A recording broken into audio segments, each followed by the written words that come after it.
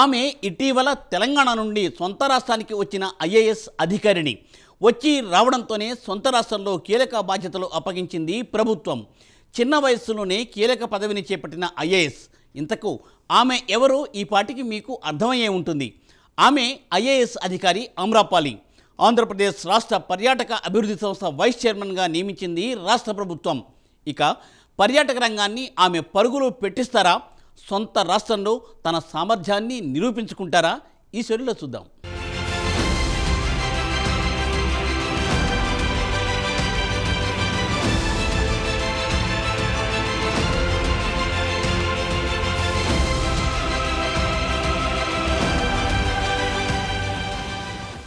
డిప్యూటేషన్పై ఢిల్లీలో ఉన్న ఐఏఎస్ అధికారి ఆమ్రపాలిని ఏరికోరి తెలంగాణ సీఎం రేవంత్ రెడ్డి తెలంగాణకు తెప్పించుకున్నారు. తీసుకొచ్చిన వెంటనే గ్రేటర్ హైదరాబాద్ మున్సిపల్ కమిషనర్గా నియమించారు. హైడ్రా, మూసీ ప్రక్షాళన నేపథ్యంలో గ్రేటర్ మున్సిపల్ కమిషనర్ చాలా కీలకంగా మారనున్నారు. దీంతో యంగ్ ఐఏఎస్ అధికారైన ఆమ్రపాలిని కావాలని నియమించారు రేవంత్ రెడ్డి. కానీ రేవంత్ రెడ్డి ఆలోచనకు గండి కొట్టింది కేంద్రం. ఏ రాష్ట్ర క్యాడర్ అధికారి ఆ రాష్ట్రానికే పంపాలనే సూచించడంతో ఆమ్రపాలిని ఏపీకి బదిలీ చేశారు. ఆమ్రపాలితో సహా కొంతమందిని తెలంగాణకే కేటాయించాలని ఎంత ప్రయత్నం చేసినా కేంద్రం ఒప్పుకోలేదు. దీంతో తన సొంత రాష్ట్రం ఏపీకి వెళ్లారు ఆమ్రపాలి.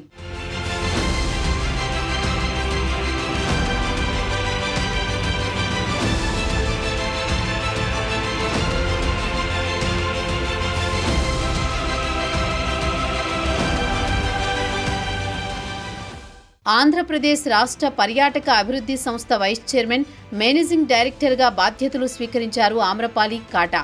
ఆమ్రపాలి స్వస్థలం ఆంధ్రప్రదేశ్లోని విశాఖపట్నం.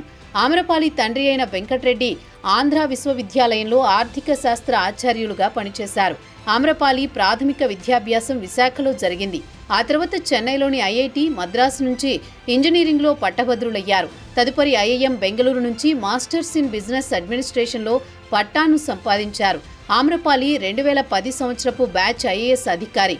యూపీఎస్సీ పరీక్షల్లో 39వ ర్యాంకు సాధించారు. ఐఏఎస్కు ఎంపికైన అతి పిన్న వయస్కులలో ఒకరు. ఈమె ప్రత్యేకమైన గుర్తింపు తెచ్చుకున్నారు. దీంతో పాటు సామాజిక మాధ్యమాల వేదికగా పోటీ పరీక్షలకు సన్నద్ధమయ్యే వారికి ఆమె కొన్ని సలహాలు, సూచనలు ఇస్తూ వారిని చైతన్యపరిచేవారు.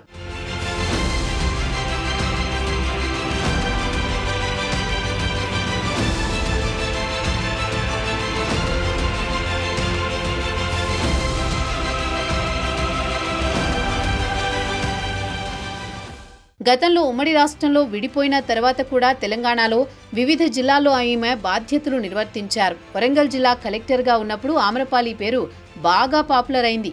తన పనితనంతో ప్రజల మెప్పు పొందారు. ఇంతవరకు వివాదాల జోలికి వెళ్లలేదు. ఇప్పుడు ఏపీ పర్యాటక శాఖకు ఎండీగా నియమించడంతో ఒక పెద్ద సవాల్గా మారిందని విశ్లేషకులు చెబుతున్నారు.